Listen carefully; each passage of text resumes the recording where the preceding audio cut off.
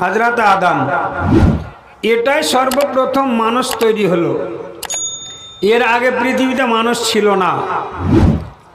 আল্লাহ তাবারক ওয়া তাআলা আদমকে তৈরি করার আগে ফেরেশতাদেরকে নিয়ে মাশওয়ারা করেছেন। তার মানে যে কোনো কাজ করলে একটা মাশওয়ারার জরুরি আছে, দরকার আছে। জিজ্ঞাসা করলেন আমি একটা মাখলুক তৈরি করব দুনিয়াতে, তো তোমাদের রায় কি? ওরা বলল ফেরেশতারা যে আল্লাহ আমরাই তোমার তসবিহ তাহলিল জিকির আজকার যত কিছু করব, তো কি জন্য আর তৈরি করবেন? ওরা কেউ মানুষ কেন তৈরি করবেন? এক মাখলুক তৈরি করবেন, ওরা দুনিয়াতে ফিতনা করবে, ফাসাদ করবে, মারামারি করবে, কাটাকাটি করবে, হানাহানি করবে, রক্তপাত করবে, এতগুলা কথা বলেছিল।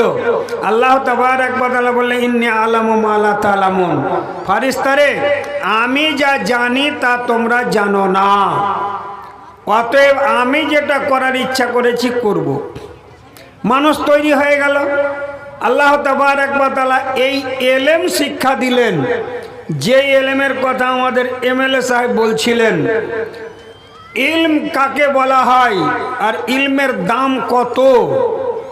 এবার আল্লাহ তাবারক ওয়া তাআলা হযরত আদম আলাইহিস সালামকে সমস্ত জিনিসের নাম শিখিয়ে দিলেন। এটা আমের গাছ, এটা জামের গাছ, এটা তেঁতুলের গাছ, এটা ধানের গাছ, এটা মাকড় গাছ, এটা মাইক, এটা হরেন, এটা এই ওটা ওই, সমস্ত জিনিসের নাম শিখিয়ে দিলেন। আর দেওয়ার পরে ফেরেশতাকে জিজ্ঞাসা করছে এগুলো জিনিসের নাম বলো তো। তো ওরা বলছে আল্লাহ তুমি যা শিখিয়েছো, যেটি জানিয়েছো ওইটি বলতে পারবো, এগুলোর নাম বলতে পারবো না, সম্ভব নয়। এবার আল্লাহ তাবারক ওয়া তাআলা আদমকে জিজ্ঞাসা করছে আদম তুমি বলো এগুলার নাম বলো। একাধারে এক দিক থেকে সমস্তগুলার নাম বলে দিল।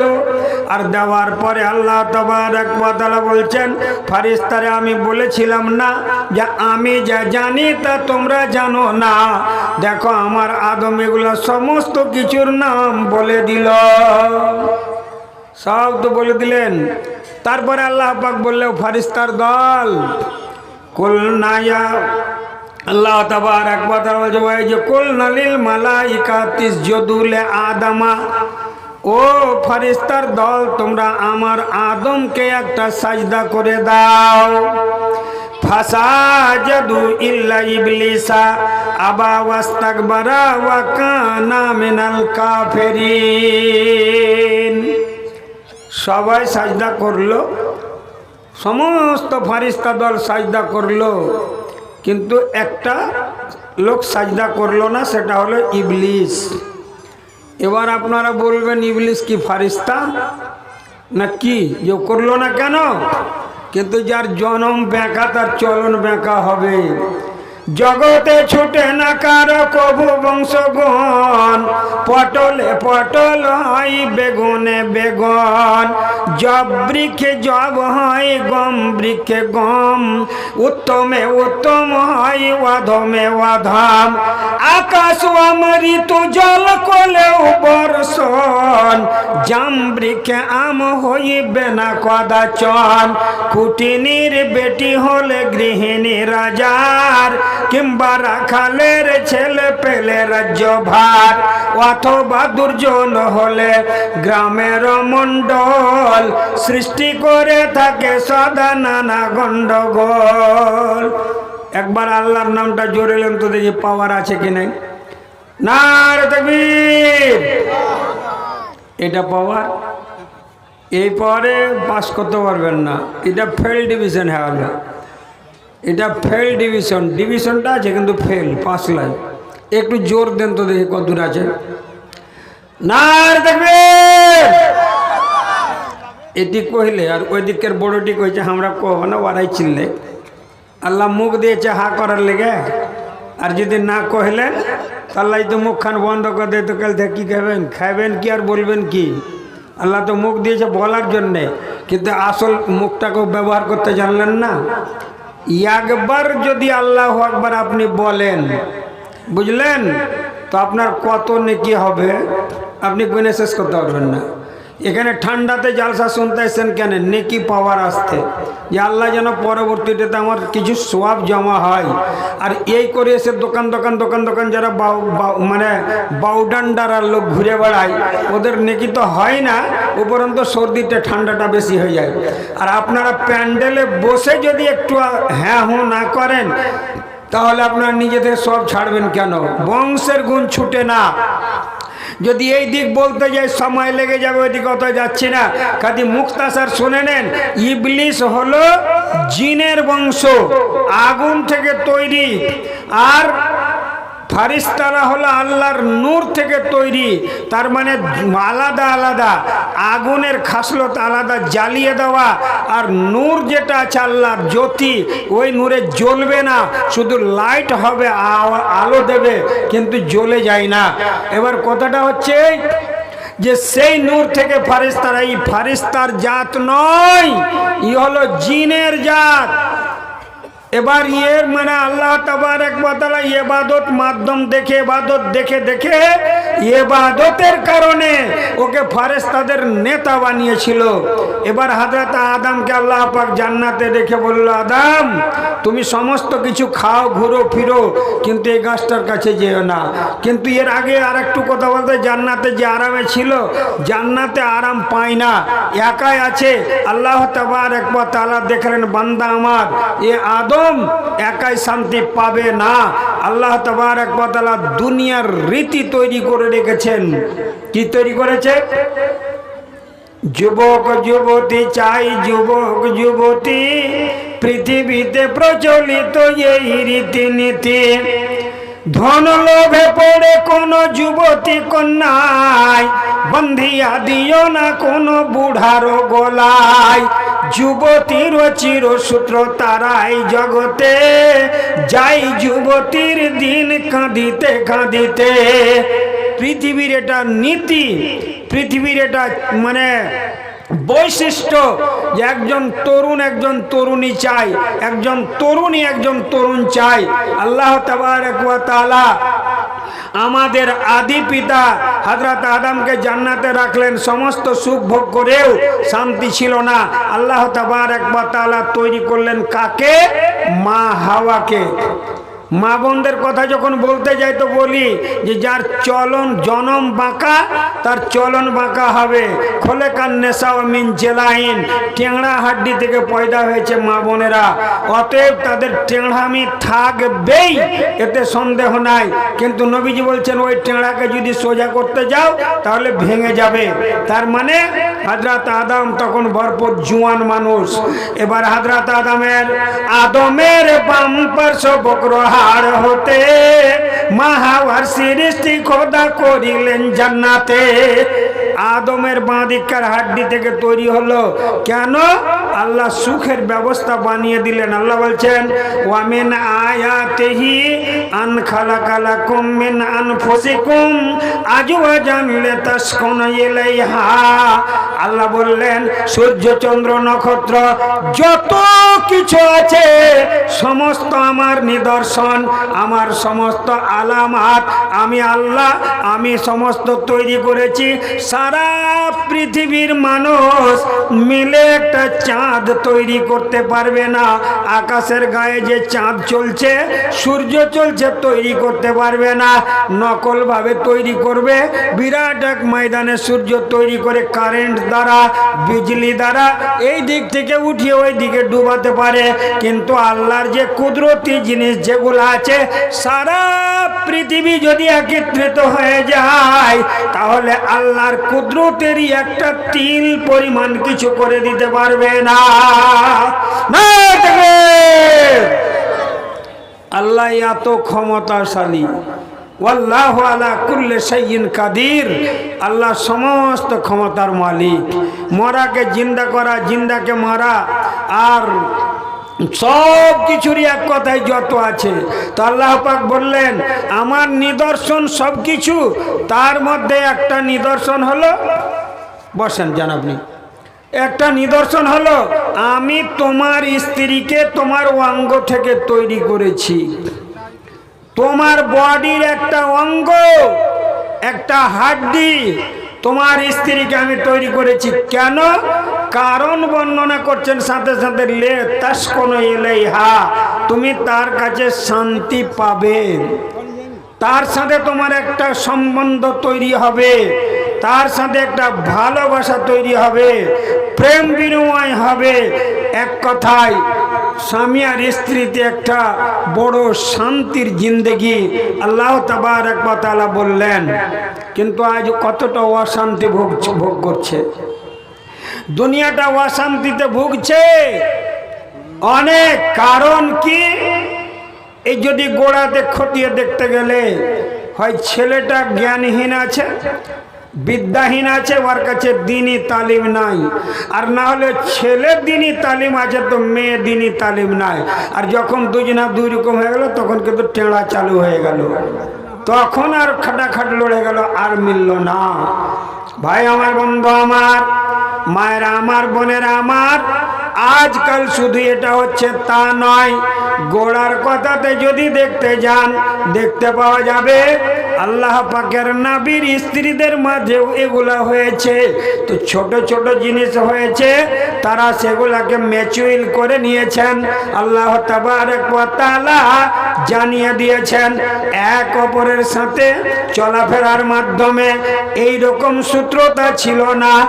আজ যেমন আমাদের মাঝে দেখতে পাওয়া যায় কতগুলা লোক আছে যার দুইখানা স্ত্রী আছে, বড়খানে বড় স্ত্রীর কোনো খবর রাখলো না, আর ছোট স্ত্রীকে নিয়ে মাস্তি করছে, খেয়ে বেড়াচ্ছে, ঘুরে বেড়াচ্ছে, বড়টার খবর রাখলো না। কি হবে? আল্লাহ পাকের নবী জনাবে মুহাম্মদুর রাসূলুল্লাহ বলুন সাল্লাল্লাহু আলাইহি সাল্লাম আজ থেকে 1450 বছর আগে ঘোষণা করে দিয়েছেন, যারা একাধিক বিয়ে করবে আর দুইজনকে যদি সমান হক না দেয়, কাল কিয়ামতের কোঠে ওই লোকের শরীরে অর্ধটা শরীরে, আধখান শরীরে, আধখানি দেহতে মাংস থাকবে, আর আধখানি দেহতে মাংস থাকবে না, শুধু হাড্ডি গুলা দেখা যাবে। বলবে এই লোকটা কে? সারা দেশের মানুষেরা, কিয়ামতের লোকেরা জিজ্ঞাসা করবে এইরকম হাল কেন, কেন এই অবস্থা? বলা হবে তার দুইজন বিবি ছিল, একজনের হক আদায় করেছিল আর অন্যজনের হককে পাইমাল করেছিল। এই জন্য আল্লাহ তাবারক ওয়া তাআলা তার একদিকে এক সাইডে বডিতে মাংস রেখেছে আর এক সাইডের বডিকে কঙ্কাল করে দেওয়া হয়েছে। ভাবতে পারেন আজ শতকরা 95টা লোক যারা একাধিক স্ত্রীওয়ালা লোক হক আদায় করেন না।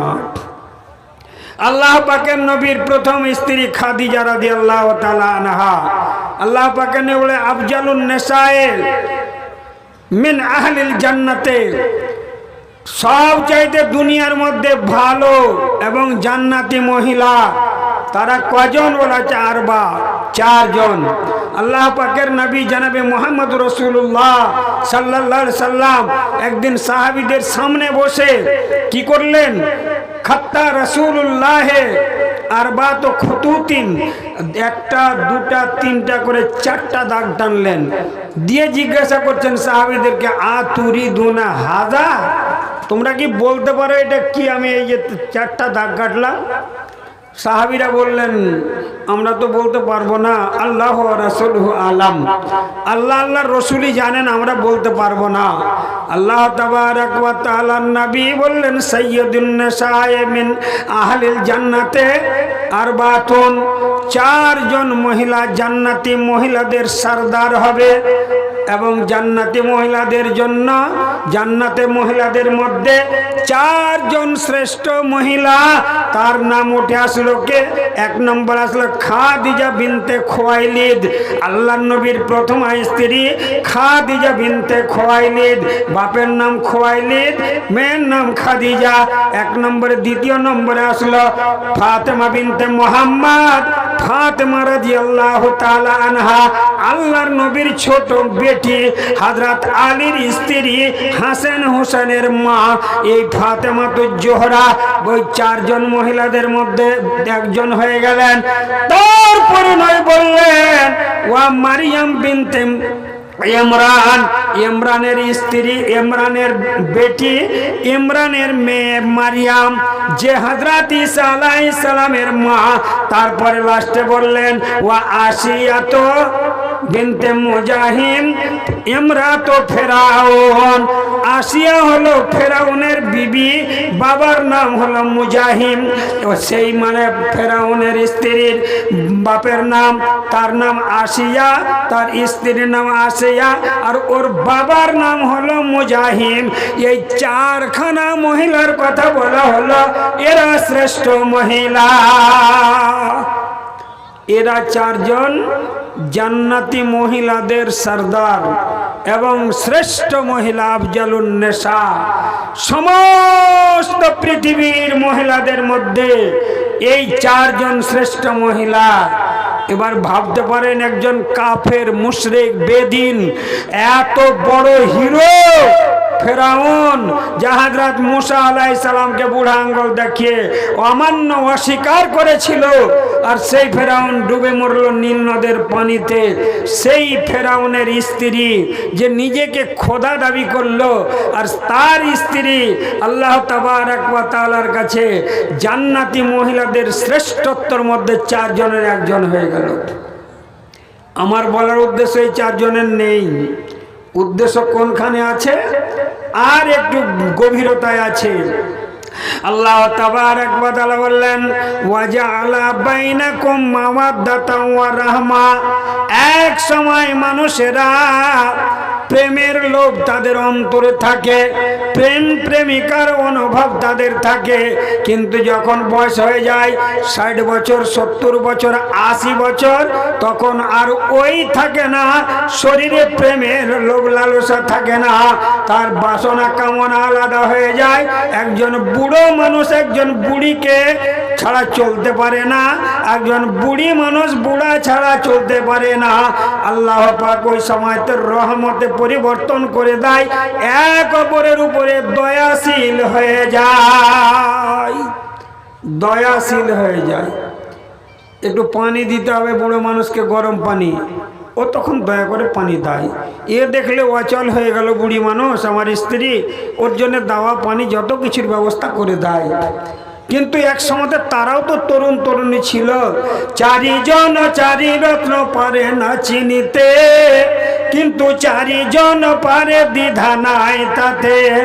যুবক যুবতী দুজন চিনে না যৌবন, বৃদ্ধ বৃদ্ধা চিনি আছে যৌবন কি ধন। যুবক যুবতী দুজন চিনে না যৌবন, বৃদ্ধা বৃদ্ধ চিনি আছে যৌবন কি ধন। সুখ কি পদার্থ সুখী পারে না বলিতে, দুঃখীকে জিজ্ঞাসা তিনি পারিবে বলিতে। আরামে যে থাকে সেই চিনে না আরাম, অবশ্য চিনেছে রোগী কি রত্ন আরাম।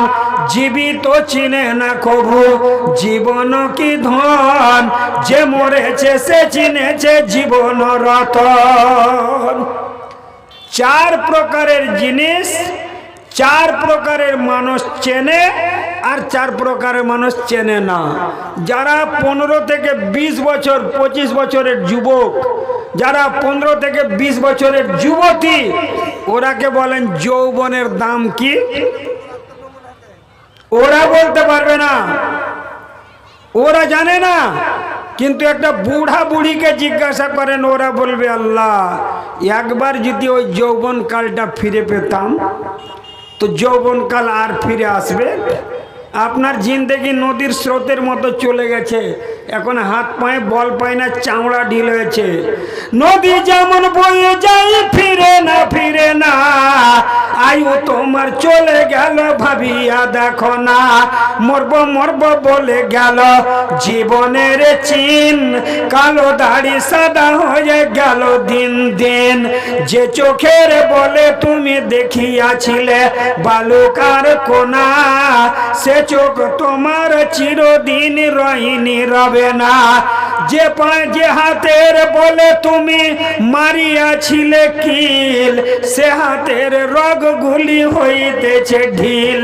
মাইলের মাইল চলিতে তুমি যে পায়ের বলে, সে পা আজ জড় সড় বিছানার কোলে।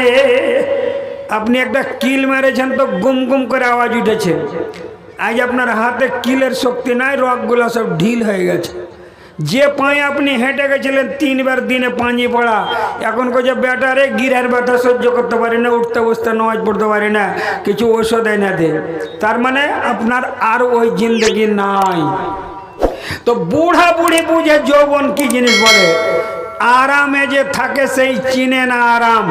যারা আরামে আছে, খানা পানির কোনো দুঃখ তাকলিফ নাই, পোশাক পরিচ্ছদের কোনো অসুবিধা নাই, টাকা পয়সা আজাদি আছে, ও দুঃখ কি জিনিস জানে না, দুঃখের দামও বুঝে না যে দুঃখ কাকে বলে। কিন্তু একটা দুঃখী যার বাড়িতে খেতে নাই, সারা দিন লোকের জোর মাসদুরি করে 5টা ছেলে পিলেকে খানার ব্যবস্থা করে দেয়, ওই লোকটাকে জিজ্ঞাসা করেন দুঃখ কাকে কহে, সে জানে। যার আগে জীবনে কোনোদিন অসুখ হয়নি, ওই লোক আরাম কি জিনিস বুঝে না, আরামের দাম বুঝে না। কিন্তু একটা ব্যারামীকে জিজ্ঞাসা করেন যে সারা রাত ঘুমাতে পারে না, বাপরে মারে করে চিৎকার করছে, ও বুঝতে পারবে। যারা জীবিত মানুষ তারা জীবনের দাম বোঝে না, যে জীবনের দাম কত। কিন্তু যে মরেছে সে জানছে যে আমি দুনিয়াতে কি করে এসেছি।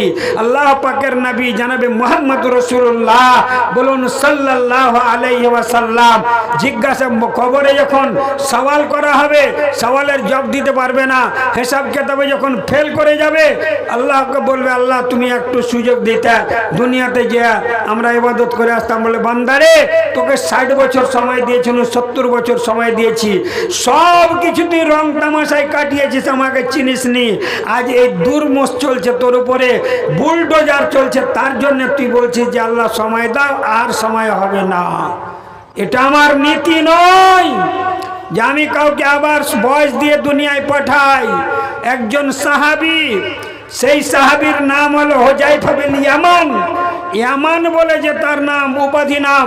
সেই ভদ্রলোক যখন যুদ্ধ ময়দানে মারা গেলেন, তারপরে আল্লাহ তাবারক ওয়া তাআলার কাছে হাজির শহীদ হয়ে আল্লাহ বলছে তুমি কি চাও বলো, কি চাও, কি চাইছো? বলে আল্লাহ তো তুমি দিয়েছো সবই। এই করতে করতে বলছে তোমার মনের কোনো বাসনা?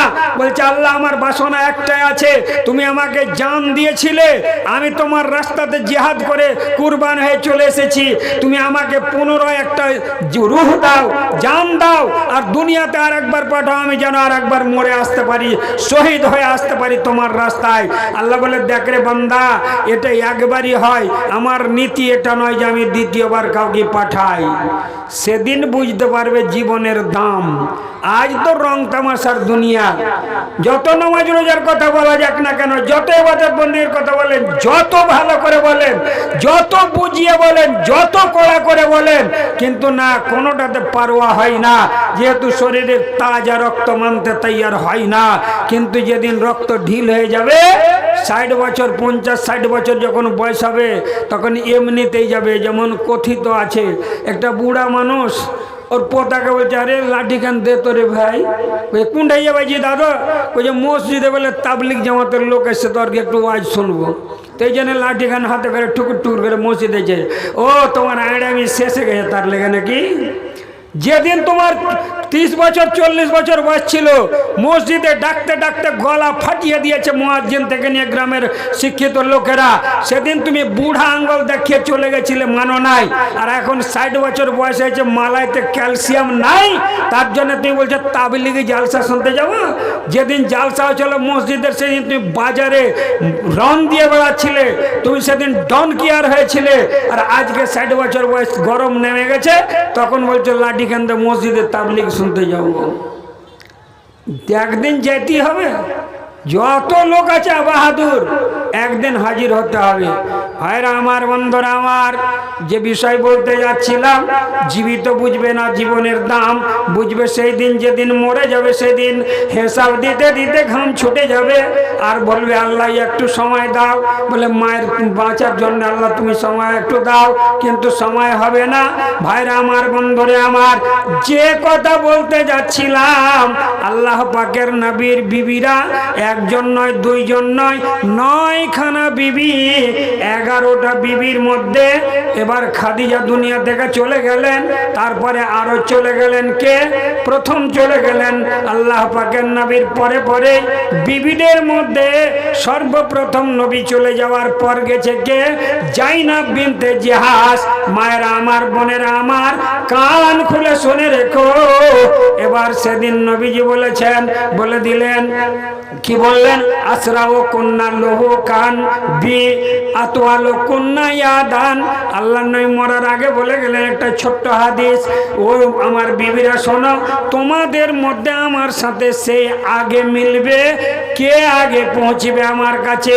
আমি তো দুনিয়া ছেড়ে চলে যাব, আমার পরে পরে সাক্ষাৎ কে করবে?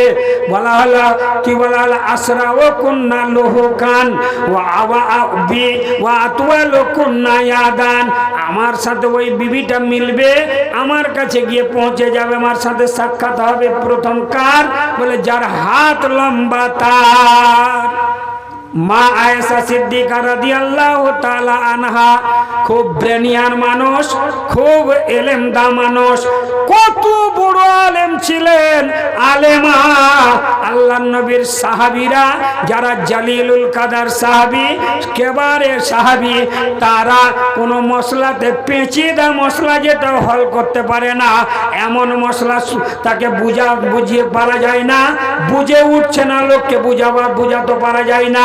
ওই সমস্ত মশলাগুলা আল্লাহর নবীর ছোট স্ত্রী উম্মাহাতুল মুমিনিন হযরত আয়েশা সিদ্দিকা রাদিয়াল্লাহু তাআলা আনহার কাছে গিয়ে জানতেন, আর মন শান্তি করার মতো তিনি জবাব জানিয়ে দিতেন। সকলে বলুন সুবহানাল্লাহ। এত জ্ঞানী মেয়ে, এত জ্ঞানী গুণী, আল্লাহু আকবার। কত ব্রেনিয়ান। লোকেরা সব খেলাধুলা করত, মা আয়েশা খেলাধুলা করতেন না। লোকেরা কোনো জিনিস গান বাজনা শুনতো, মা আয়েশা কোরআন মজিদের আয়াত মুখস্থি করতেন। এবার শুনে রাখেন, এত দূর পর্যন্ত তাফসিরের তারিখে দেখতে পাওয়া যায় যে মা আয়েশা সিদ্দিকা রাদিয়াল্লাহু তাআলা আনহা কোরআন মজিদের প্রতিটি আয়াতের শানে নজুল, তার মানে আয়াতটা কি কারণে নাজিল হলো, কি কথা আল্লাহ বললেন, এর ভেদাভেদটা কি, কোন সময়ে কোন জায়গাতে নাজিল হলো, সমস্ত 6666 খানা আয়াতের শানে নজুল অবতীর্ণের কারণ তার জানা ছিল। সকলে একবার জোরে বলুন সুবহানাল্লাহ। কোন সাহাবী জানতেন না যে সমস্ত আয়াতের শানে নজুল জানবে, জানা নাই, কিন্তু মা আয়েশা সিদ্দিকা জানতেন। একজন মহিলা, এত ব্রেনিয়ান মহিলা, যার বয়স নবীর সাথে যখন বিয়ে বন্ধনে আবদ্ধ হয় তখন মা আয়েশার বয়স 6 বছর। এবার ঘর বস্তি হলো কখন, বিদায় দিলেন কখন, যখন কি করলেন, বিদায় দিচ্ছেন 9 বছর বয়সে রোকসাতি করে দেওয়া হলো। মা আয়েশা বলছেন, আমি তখন গুড়িয়া নিয়ে খেলতাম, ঝুল্লুতে ঝুলতাম, এইরকম অবস্থায় আমাকে বিদায় করে দেওয়া হলো। বিশ্বনবী জনাবে মুহাম্মদুর রাসূলুল্লাহ সাল্লাল্লাহু আলাইহি ওয়াসাল্লামের কাছে কতদিন থাকলেন? 18 বছর বয়স পর্যন্ত। 6 বছরে বিয়ে হয়েছে। 18 বছর বয়স যখন হলো, নবী দুনিয়া থেকে চলে গেলেন। মা আয়েশা সিদ্দিকা রাদিয়াল্লাহু তাআলা আনহাকে কত ভালোবাসতেন নবীজি। আল্লাহ তাবারাক ওয়া তাআলা এই বিবিটা তাকে দিয়েছিলেন কেমন, এই বিবিটা কেমন? জিবরাইল ফারিস্তা একটা জান্নাতি রুমালে একটা কচি বাচ্চা মেয়েকে নিয়ে এসে নবীর সামনে দেখাচ্ছেন আর বলছে, এইটা আপনার বিবি। বলা হলো, স্বপ্নের মাধ্যমে দেখলেন নবীদের স্বপ্ন আল্লাহর ওয়াহি, জিবরিল দেখিয়েছেন। পরবর্তীতে দেখা গেল সেটাই হলো উম্মাহাতুল মুমিনিন হযরত হযরত আয়েশা সিদ্দিকা রাদিয়াল্লাহু তাআলা আনহা। হযরত আয়েশা বলতেন সতীনদের সামনে, ওরে আমার বোনেরা শোনো, আমি এমন একটা মেয়ে, আমার বাপ হযরত আবু বকর সিদ্দিক সর্বপ্রথম ঈমান এনেছে, নবীর উপর বিশ্বাস করেছে, আল্লাহর অস্তিত্বকে মেনে নিয়েছেন। আমার বাপ হলেন সিদ্দিক আকবর হযরত আবু বকর সিদ্দিক রাদিয়াল্লাহু তাআলা আনহু। এবার আমি এমন একটা মেয়ে, ও আমার ছুটিনে দল শুনে নাও, তাদের মধ্যে আলাপ আলোচনা হতো, বলতো আমি এমন একটা লোক, এমন এক মহিলা যে আল্লাহ পাকের নবী কেউ বলেছিলেন আয়েশা এত ব্রেনিয়ার মানুষ যে একটা ক্ষেত আছে আপনার আপনি একটা উট চড়াচ্ছেন আর একটা গাছ আছে, এমন গাছ যে অন্য অন্য গাছগুলা উটে খেয়ে রেখেছে আর একটা গাছ উটে কোনোদিন খায়নি, ঘেরা হেফাজতের মধ্যে আছে, আপনি কোন জায়গাতে উট চড়াবেন?